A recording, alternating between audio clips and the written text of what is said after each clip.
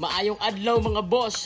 Unsa may maayo ron, kita direta natay ayohon. Usa ni ka hydraulic transmission o ginatawag nga marine gearbox. Ang model ani MB170. Mga inchik ni gamaan ni Advanced China Marine Gearbox. Ang trademark kasagaran ginatauran ani mga boss, mga 6BG, F1, 61.4, 61.5, Wichay, Cummins, Isuzu, Mitsubishi. Basta ka na mga makina nga automotive or marine engines nga may 120 horsepower pataas, 2,500 maximum RPM. Pero di na siya matao diretso kung ang ito nga makina kay automotive or nagikan pa strap. Kinahanglan pa ta mo-fabricate og adapter, spacer or unsa ba diha magpamasin shop aron lang mosalpak. Ang pagkupol ani or ang alignment ani dapat 0-0 kay para dili siya basta-basta nga ma-damage maguba. Ibasi unyag mga gupok ang gear sa sulod. Repair na po.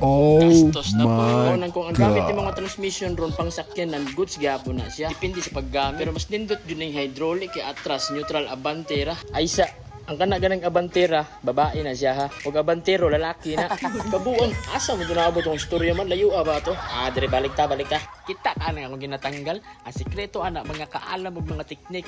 Ang gitudlo sa akong mga master, karon ako nang gigamit. Isang asang dapita pa ko sa kalibutan masangi. Naan ako'y kaalam nga gibalon, ayuhon ta pagbaid, aron mo samot og kahait. Hindi aran na, natanggal na gyud na to, no? So kadugay-dugay nga pagkumbate ani. Checkbolt, tirada. Kaya huwag tayo diskarte, magkalilisod man tayo ani. Ang proseso sa pagrekondisyon na to ani ato ni gipang ilisan og mga oil seal, seal ring, bearing, sealing boss kung unsa pa mga kinahanglan ilisan ato nang ilisan. Sakto gyud siya nga pagka-rekondisyon. Wa ni siya ginadali kay og magdali-dali ka masipyag ka isa mao pa na hinungdan nga madugayan niya basig kursunada ka ani. PM lang kay ato ra nang sabutan. PM usap deal.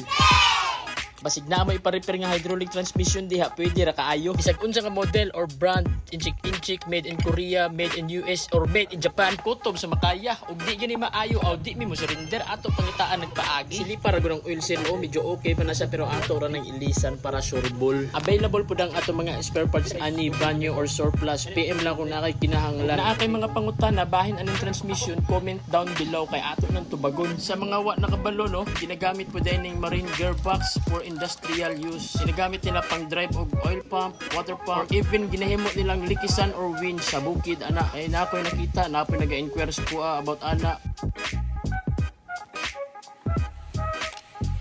Unya ginahan ka ana marine pero ginagamit pang industrial ana gina mga Pinoy boss. Og karon mga boss ato nang testingan og patuyok ang transmission og okay na ba? Manumanuhon og usa nato ni og patuyok mga boss dala na pud exercise. Sunod video na to ato ni ikupol sa makina og paandaron para ma-test gyud nato og asa tama ng iyang kusog. So all goods na ni siya mga boss no.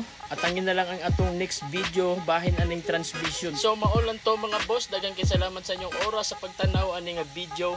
Basig na amoy ma-suggest diya kung unsa ang atong next nga i-vlog or i-content, comment down below. Amping mo kanunay kay basig mga dagma paunta mo.